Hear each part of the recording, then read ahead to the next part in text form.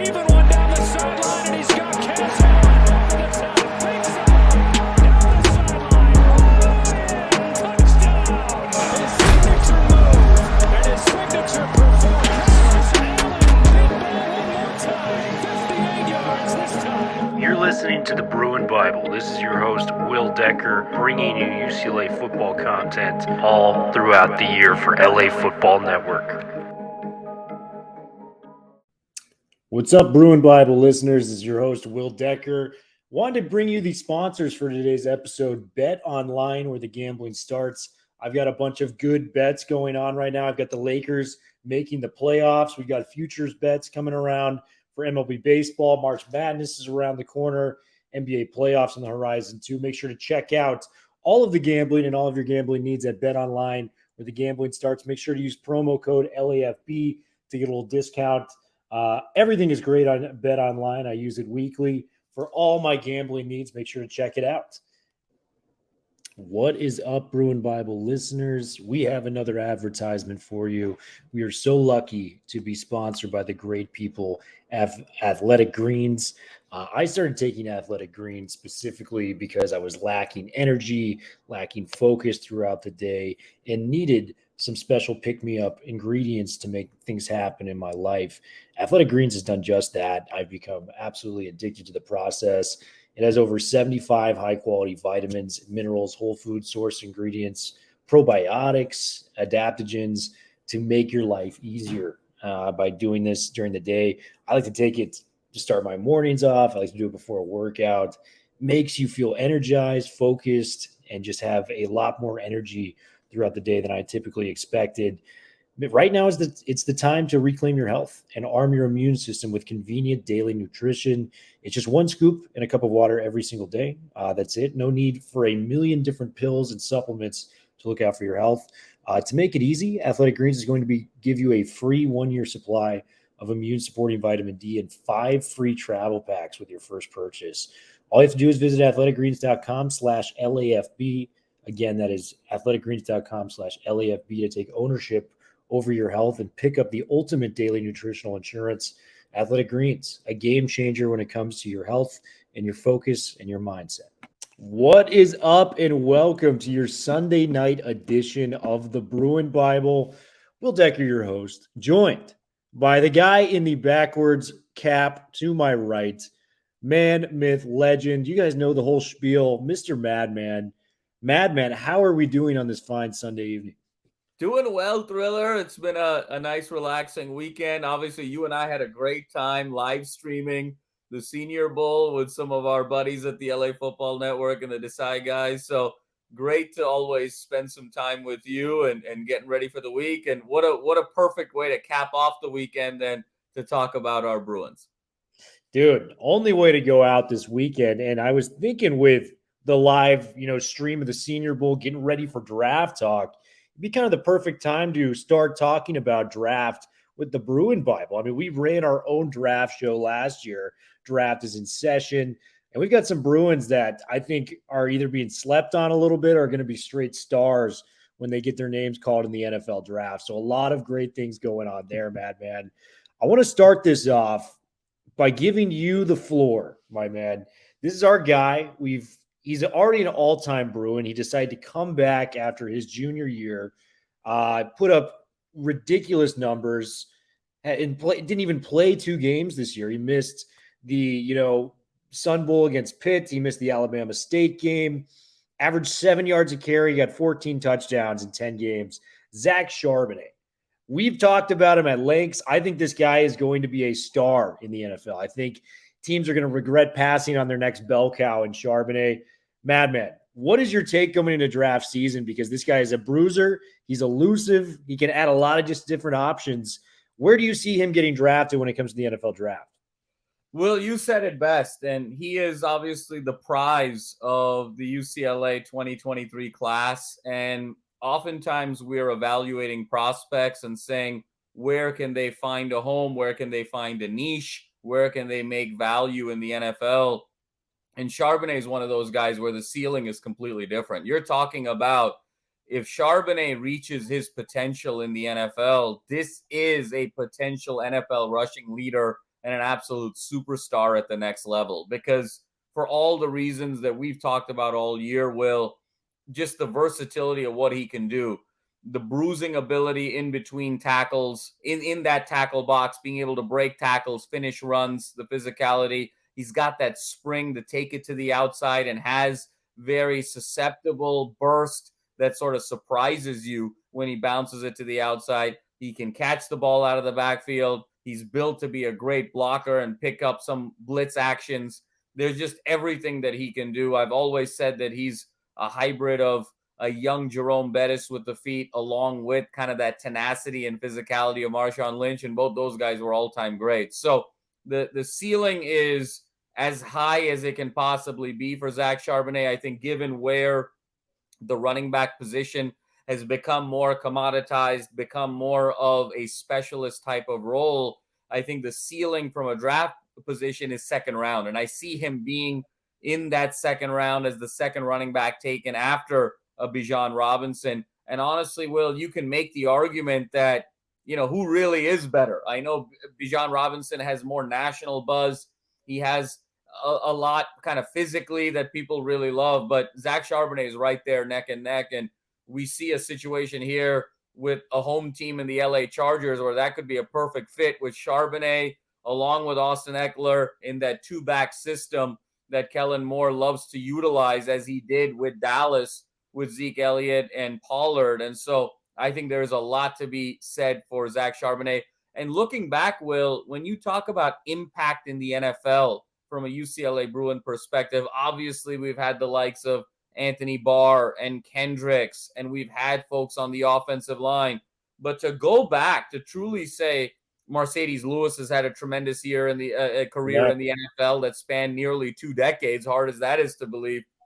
But when you look at who is a UCLA Bruin that has the potential offensively to be an all-pro, to be a Pro Bowler, to be a superstar in this NFL, you have to go all the way back to Aikman. And Zach Charbonnet has the ability to be the most impactful offensive player in the NFL since Troy Aikman. And so that's really what his legacy ultimately is as a UCLA Bruin. And we're so excited to see where he lands up, because he is going to be an absolute difference maker for any team. We saw the impact that Saquon Barkley has had on the Giants. We saw the impact that early Alvin Kamara had on the Saints. We've seen the impact. Look at the state of the Niners once they made that trade for McCaffrey. The right running back in the right situation can propel a team several notches from a victories perspective.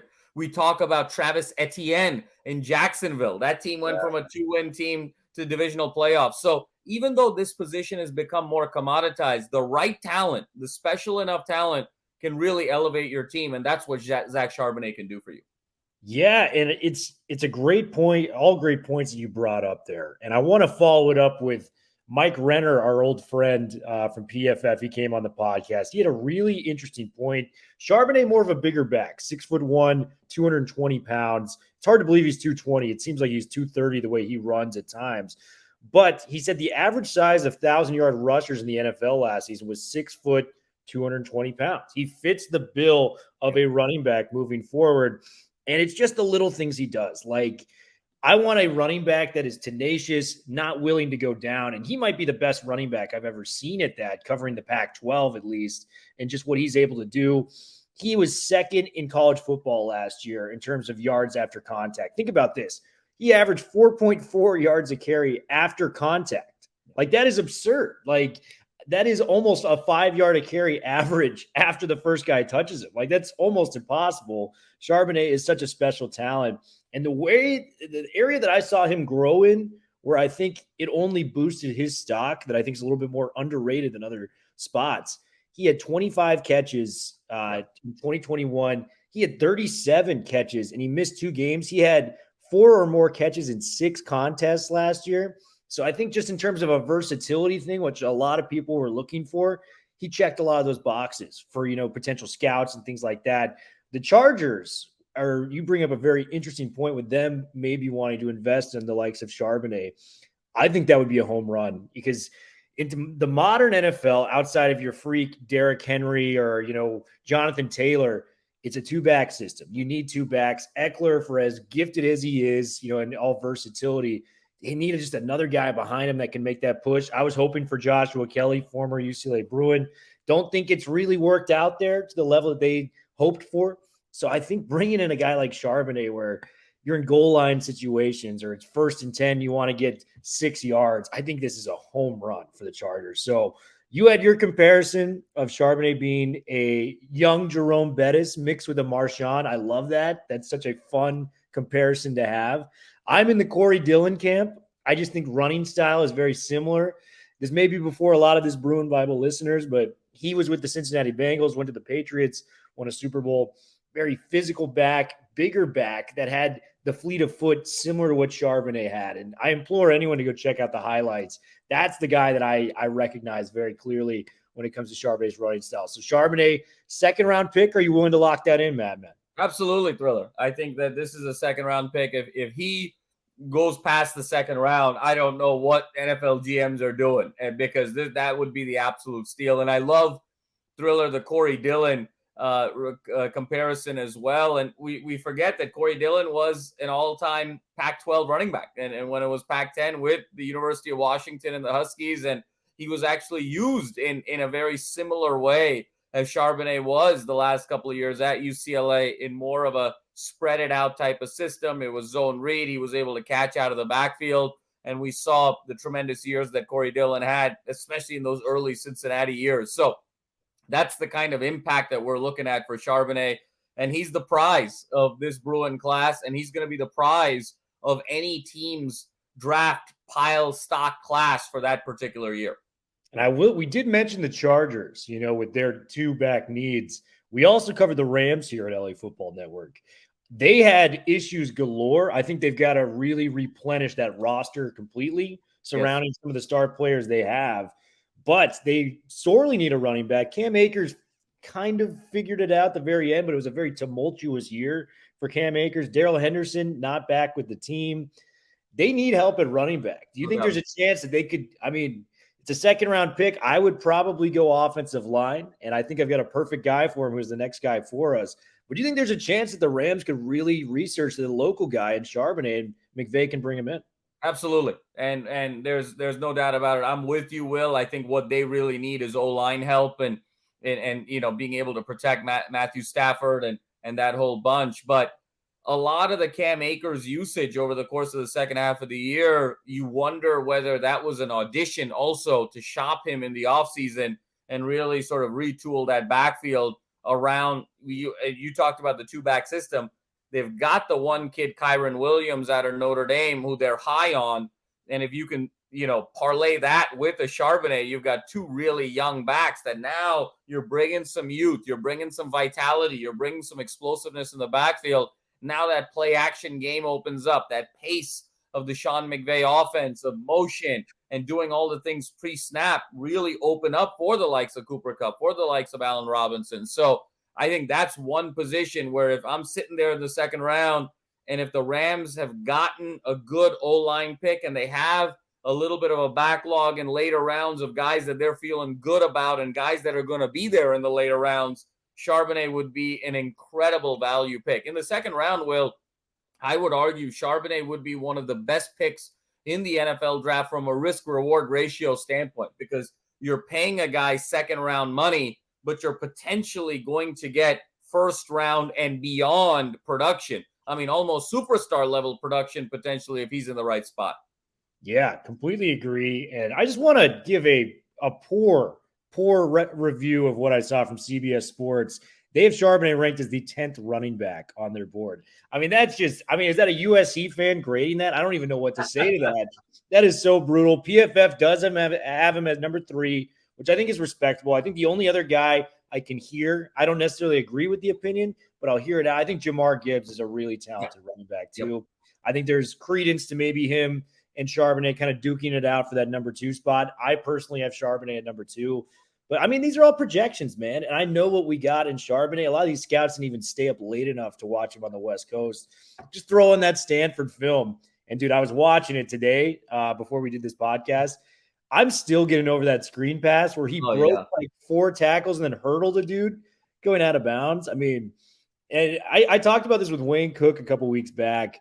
That 4th and 2 run where 2 guys came up against Cal, and we need this to seal the game.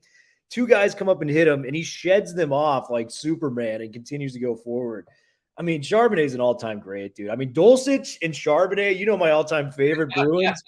It's like neck and neck at this point. I mean, Charbonnet might be number 1 because I got 2 years of him covering the Bruins. So I think he's probably number 1, which says everything. You know, Dulcich is my guy. So we love Zach Charbonnet. We think the world of him. I think he's going to do great things. Alluding to that offensive lineman we were talking about, no player on UCLA's roster stock has risen more than Antonio Mafi, and that was not always the case with him being looked upon as a great recruit.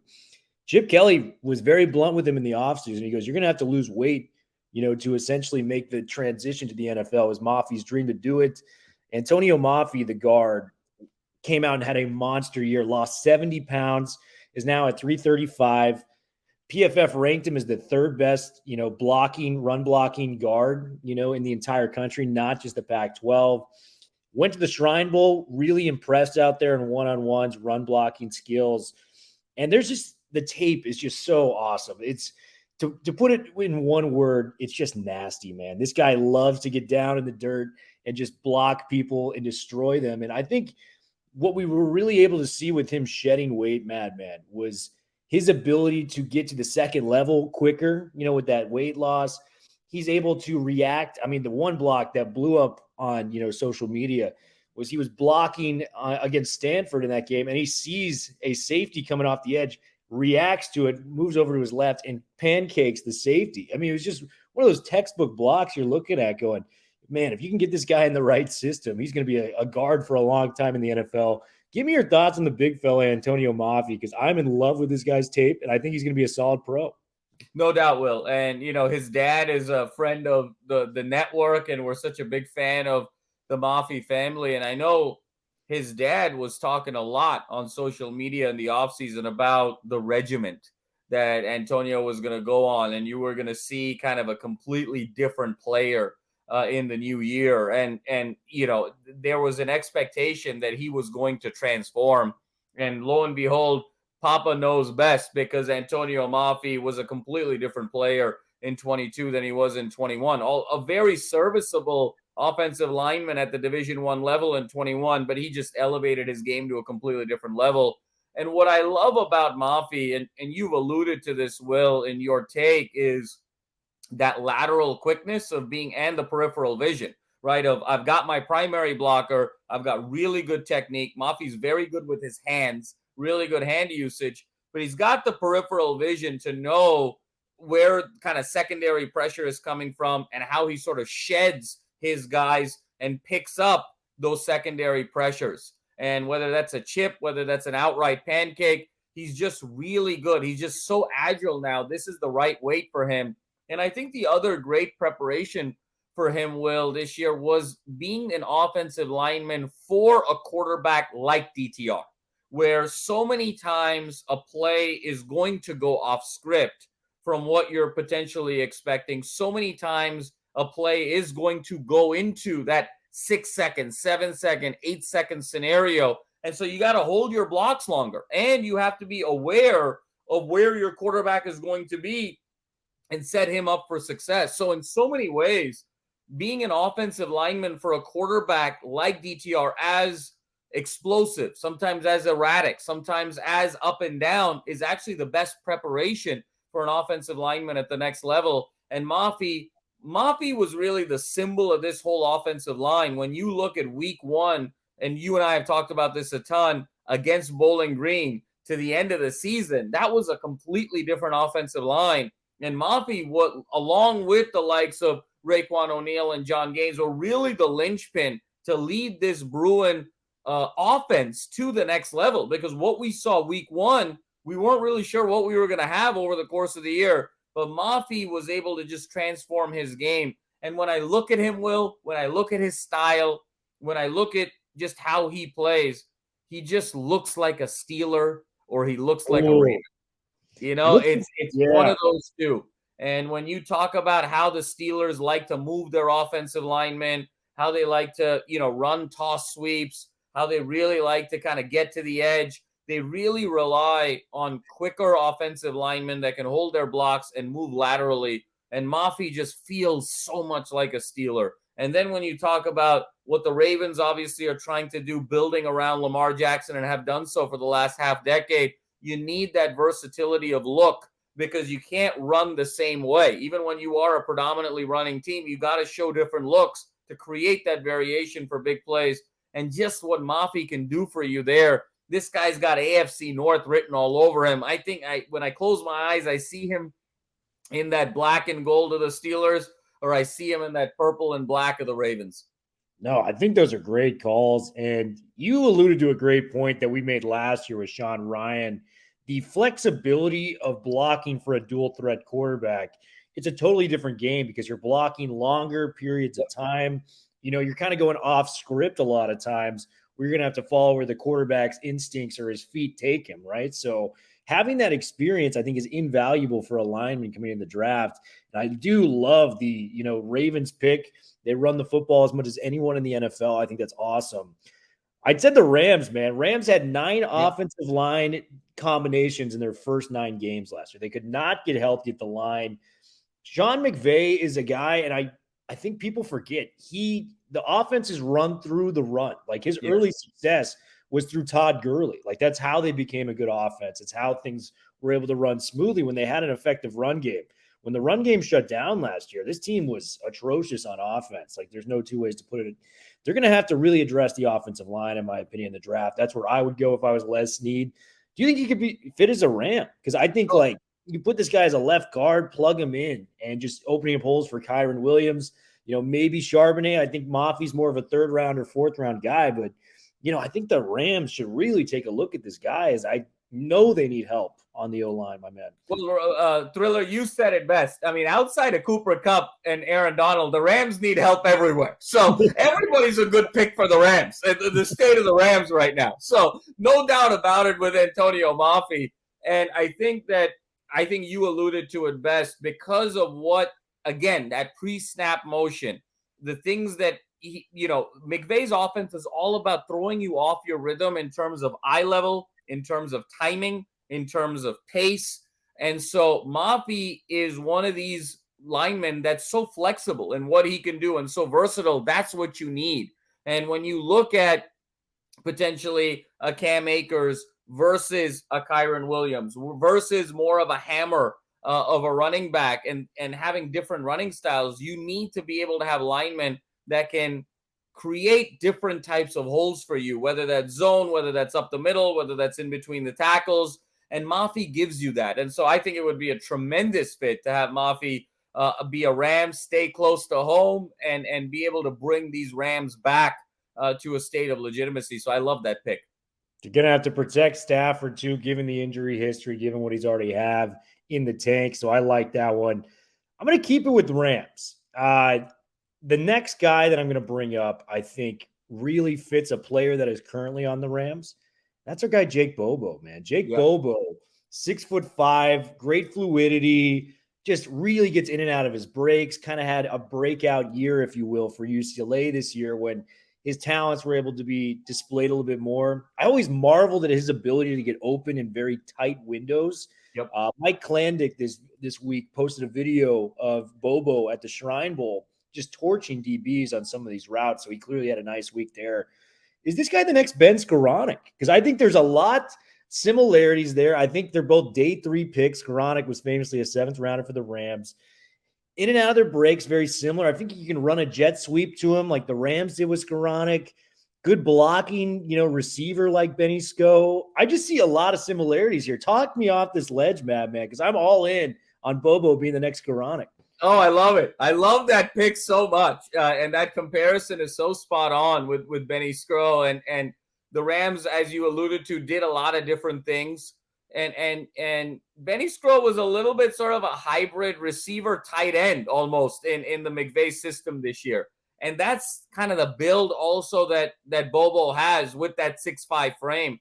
The thing that really stood out with Bobo this year, Will, was his ability to repeatedly get open on 3rd down. And you and I have talked about that at length, where we knew DTR was going to go to Bobo. And a guy like DTR sometimes likes to really lock in on his primary guy, pre-snap.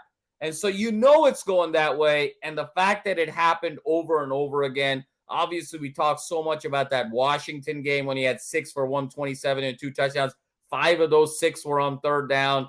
He had a couple of really big catches in that Oregon game. He had some really big catches in that Cal game at the end of the year. And really over the course of the season, he was clearly wide receiver number 1. So I think what he brings to the table is just a feel for the game in terms of how to get open. And I think what makes him very unique is he has the instincts of a really great slot receiver, like a Hunter Renfrow, like, old school Wes Welker, like these guys who understand soft spots and zones, understand where the weaknesses and coverages are, have really good feet to be able to get open. That's a huge testament to Chip Kelly. And one of the reasons why he came from Duke to UCLA was to learn that nuance. But you combine that skill set of a smaller receiver with a 6'5" frame. And that's what makes Bobo so unique. And so now the things that you can't do with the slot guy, which is maybe go a little bit more over the top, have some wider formations, go a little bit longer in the field, do some different things in terms of motion pre-snap to set other things up.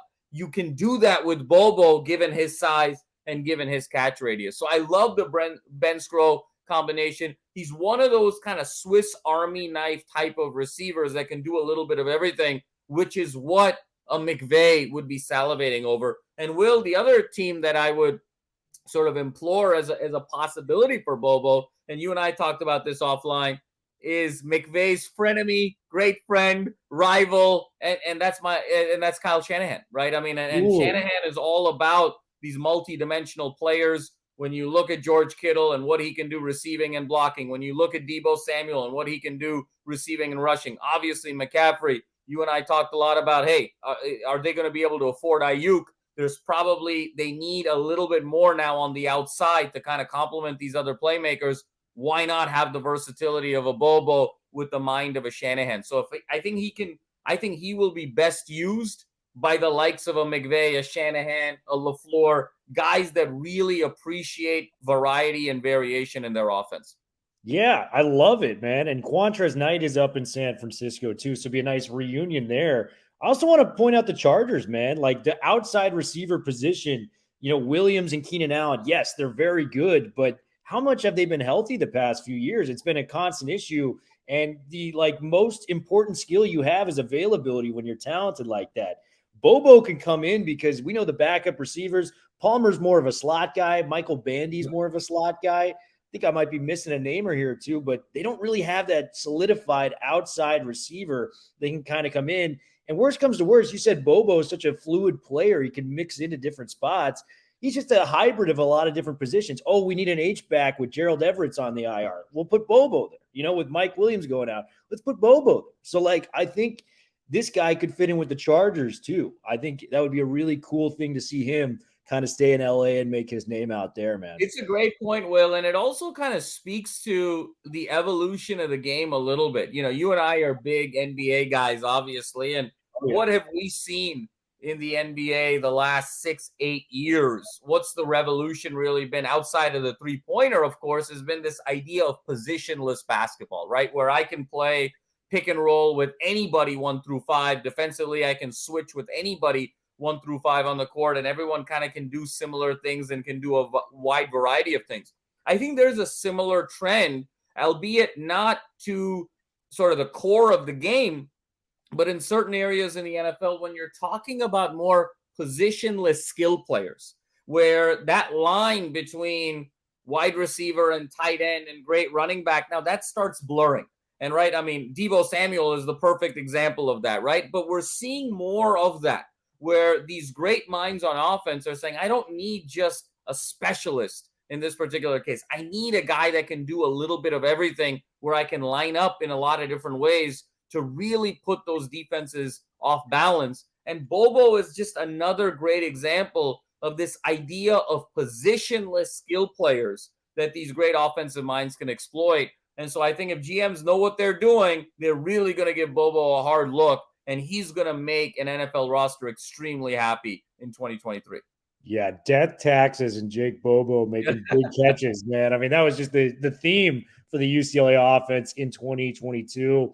Last guy, and this is probably, I think, a player that the fan base is divided on. I know where we stand on. A lot of scouts are probably divided on.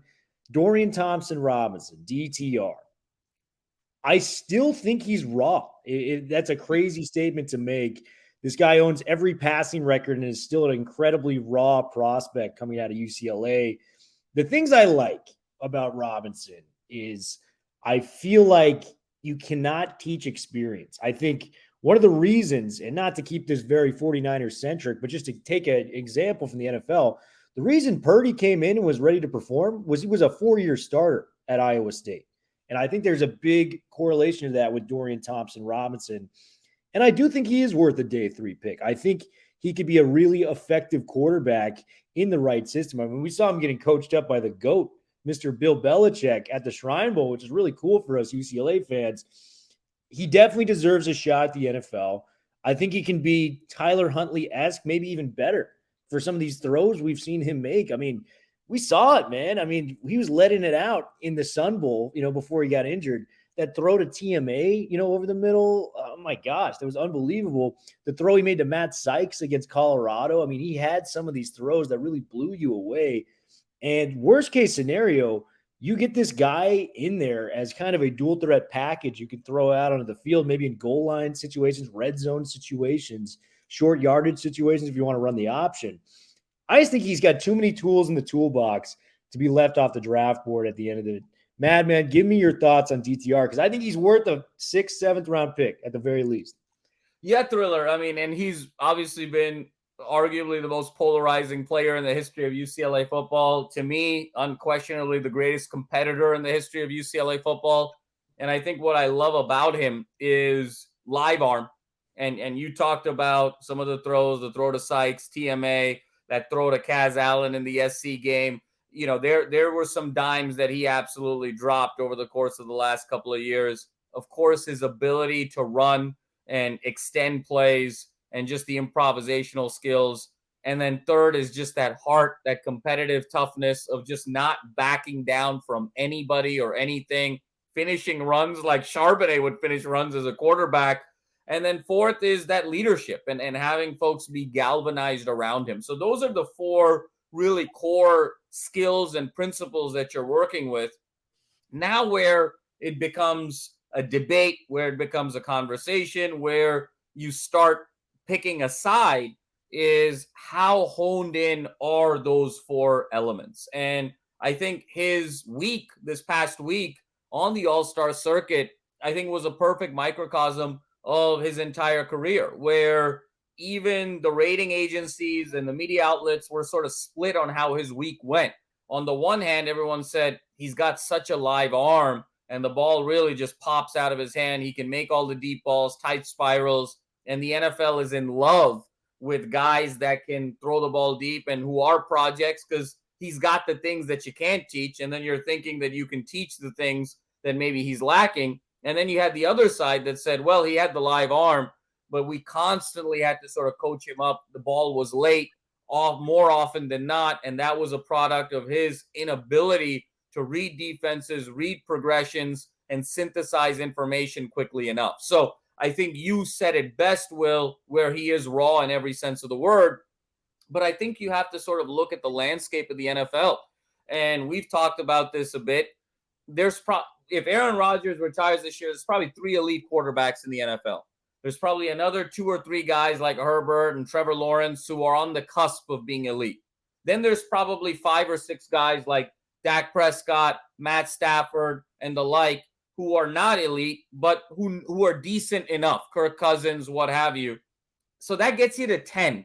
Then there's 22 teams that really have no clue at what they're doing at quarterback, that are 1 injury away, 1 good drive away, 1 good game away from making a switch at quarterback. And the team I really look at, Will, is the Philadelphia Eagles. And when you look at Jalen Hurts and you look at his skill set, live arm, can run, was a leader, galvanized people, won big games. But the question with him was, can he process information fast enough? Can he synthesize what he's seeing into a decision? Can he break down a defense? And so what did the Eagles do? They said, well, we don't have one of those three guys, so let's build the offense around Jalen Hurts' skill set. We're going to throw it really short. We're going to throw it really long, and we're going to build off of the zone read game and the RPO mesh. And guess what? It's taken them all the way to the Super Bowl. So DTR has that skill set. And if he's put in the right situation, and if there's enough belief that, look, we can build around this guy to be successful, why can't DTR be a Jalen Hurts? Why can't DTR be a Huntley like you talked about? Obviously, that's more in a backup situation. But we've seen time and again teams be able to make runs around players because in the NFL, you're always just 1 year away from contention. And so that is, I think, the argument for why DTR warrants a day 3 pick, because there's just too much upside there where if you're put into the right situation, you can really turn things around. Now, the question with DTR, he's going to have to continue to work on his ability to synthesize information, the accuracy, and just that polished refinement, control his emotions a little bit more at the next level. But the right situation, this guy could be a real diamond in the rough. Completely agree. And I just want to say this is why Jamal Madney is the best co-host around. I mean, just the Eagles comparison just exploded my mind just because we saw Tyler Huntley, be drafted or, picked up by the Ravens, who want quarterbacks to continue to fit their system with what they're asking of the quarterback is very injury prone, where, a lot of run pass options, running the football. I mean, this is the NFL. They're going to be laying big hits out there. You want to have a guy come in that knows your system, that's similar to the likes of Hurts, to give you guys similar looks offensively. Man, I think DTR in the 6th or 7th round. I mean, Philly is the classic city of talking shit and getting hyped up. Dorian Thompson-Robinson, ultimate competitor. I mean, that is a perfect match. Come on. DTR to the Eagles. I'm all about it, man. I think that's a fine way to cap this thing off. Madman, you are the best, brother. It's always great to see you, dude. We got a huge week coming up. We're going to be in Arizona for the Super Bowl. We are thrilled. It's going to be an awesome time. Madman, how excited are you for this week, brother? Oh, so pumped, Thriller. It's always great to be on Radio Row and representing LA Football Network. But more importantly, the fun is the camaraderie that we have and that you have and I do and Ryan and Skinny T and our whole motley crew. And for us to kind of band together and have just such a great time in Radio Row and interact with the rest of the industry, it's really just a special time. So I can't wait to see you in person this week, brother, and we're going to have a great time. Big week on the horizon. Make sure you're liking and subscribing LAFB UCLA channel. We got big things coming. I've seen an uptick in subscribers already. Let's keep pushing that button to keep us going to the top. We just want to do this for the UCLA community. That's all we want to do. We want to ball out for the UCLA football community. So help us get there, man. Much love to you guys all. Have a great week. And we are out of here for the Bruin Bible.